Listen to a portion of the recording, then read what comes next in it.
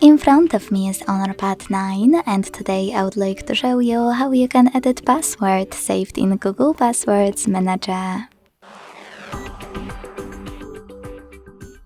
Begin by opening Settings and scrolling all the way down to access Google. Then tap on Autofill, Autofill with Google, and Google Password Manager.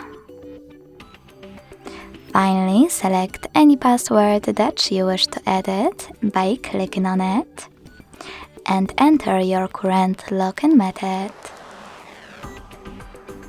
Now click on Edit button next to the Delete one and change wherever you want to.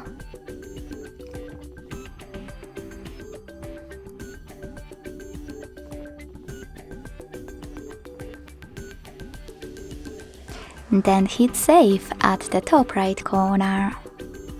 As you can see, after that my password has changed.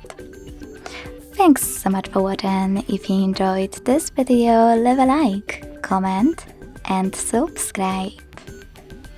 Bye!